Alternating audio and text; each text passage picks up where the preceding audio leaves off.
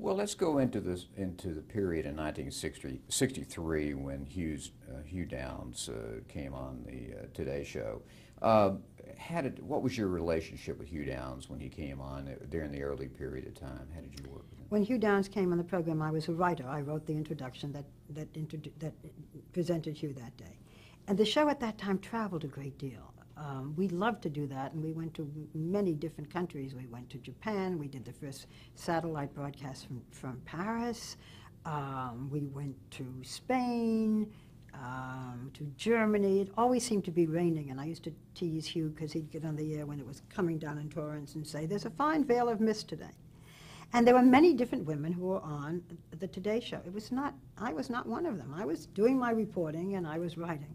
And then in the convention that nominated Lyndon Johnson, there had been a woman on the program named Maureen O'Sullivan, who is maybe better known today as the mother of Mia Farrow. And one of the things that I've learned that broadcasters still have not learned is that someone can give a very good interview and not necessarily be able to go the other way.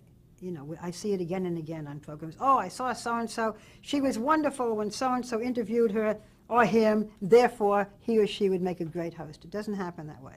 So they hired Maureen O'Sullivan at a very large amount of money, and she just was not cutting it on the program.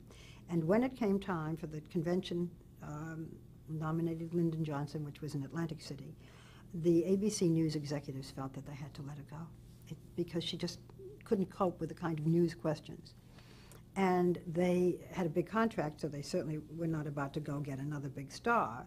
And so they put me on the air 3 times a week for 13 weeks. The other 2 days, one was done by a movie critic at the time named Judith Christ, and the other was done by an art critic named Aileen Saarinen.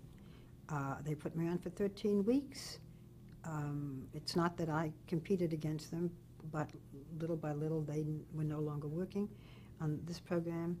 Anyway, from 13 weeks, I stayed on for 13 years. Well, this Maureen O'Sullivan position, was that what was called the Today Girl? Yeah, I was no longer called the Today Girl. I said, look, anything, just not the Today Girl. But I was not co-host. I was not co-host until after being on the program all of those years. And it was a somewhat subservient position. I mean, I loved working with Hugh Downs and Joe Garagiola. But towards the end, Hugh Downs left the show. He really just walked away from it. He wanted to do other things. He was very much his own person. And they hired on the Today Show a man named Frank McGee, who had been on the Evening News. Again, I'm on the Evening News, very important. Now I'm going to do the Today Show. I mean, we realize now that the morning shows are much more difficult to do than coming on at night and reading from teleprompter, you know, except in times of crisis. That's what you do most every night. So he thought it was kind of beneath him. And although he was pleasant to me on the air, he wasn't enormously respectful off the air. And one of the things he said was that if there was an interview from Washington, I could not ask a question until he had asked 3. I could then come in the 4th question. And it went all the way up to the president of NBC, who agreed that that's the way it should be. And so the only way that I could do an interview that had great substance was if I got it myself.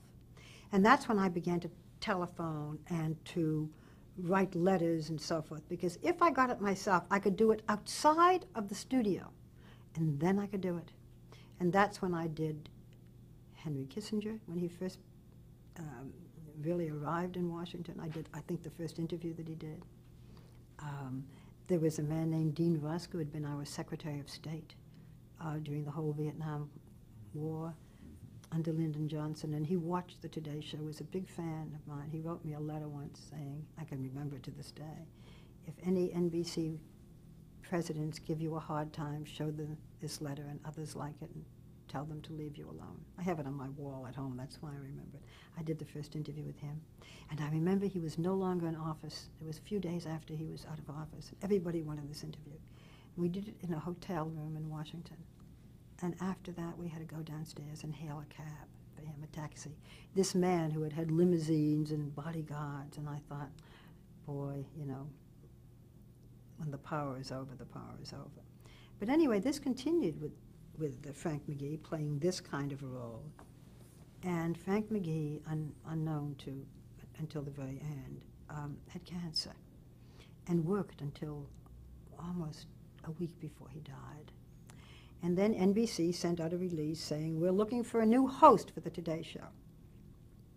And we said, co-host, because it had been in my last contract that if Frank McGee ever left, and we never thought he would be a young man, that I would be co-host.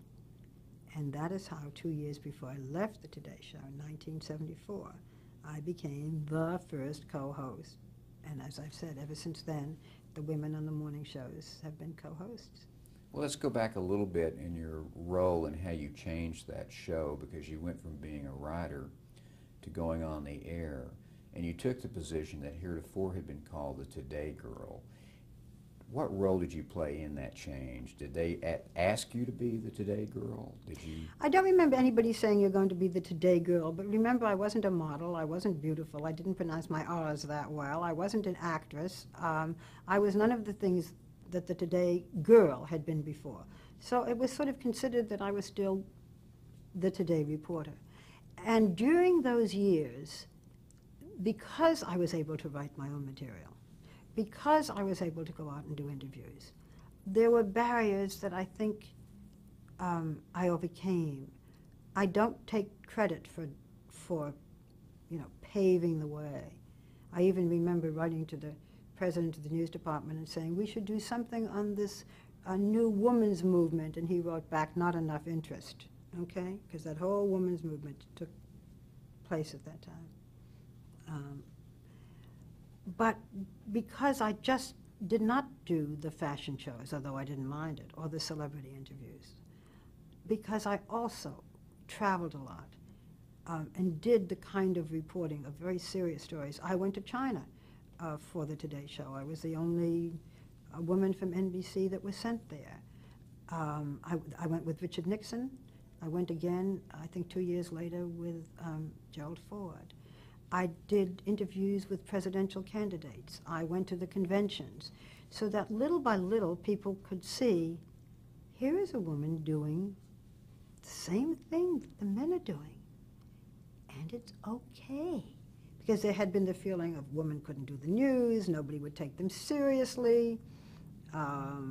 This big brouhaha when I finally left in 1976 and went to ABC to become the first woman anchor of an evening news program. I've always said that it's so overrated. What difference does it make whether it's local or network? It just means more stations. But there was still that feeling of a woman couldn't do it. And so little by little, because there were things that I was able to do, it made a difference. I didn't start out to do it to prove anything. I wasn't doing it because I wanted to be the biggest or the best. I never felt that way. I don't today. Insecurity is a great stimulator, I guess.